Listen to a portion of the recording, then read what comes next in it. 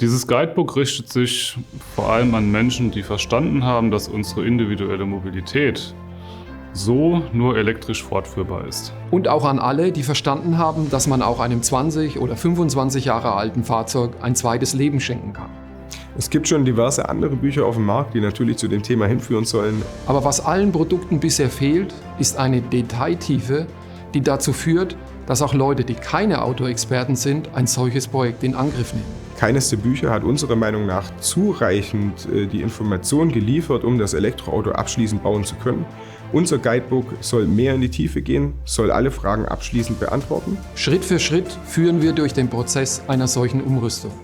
Das Guidebook vermittelt wichtiges Hintergrundwissen und macht konkrete Vorschläge zu einzelnen Phasen eines solchen Projekts. Meine eigenen Umbauten haben sich jeweils über Jahre hingezogen, weil ich immer einige Schritte vor und wieder zurückgehen musste, um alle Details erstmal auszuarbeiten.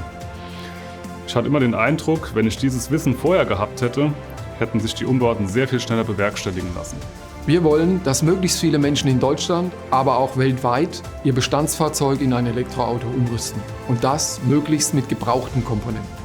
Der Gedanke des Automotive Upcycling kam bei mir sofort auf, als ich daran gedacht habe, wie viel Gebrauchteile ich hier gerade verwende, um ein Fahrzeug zu bauen, das eigentlich schon schrottreif war durch einen Motorschaden.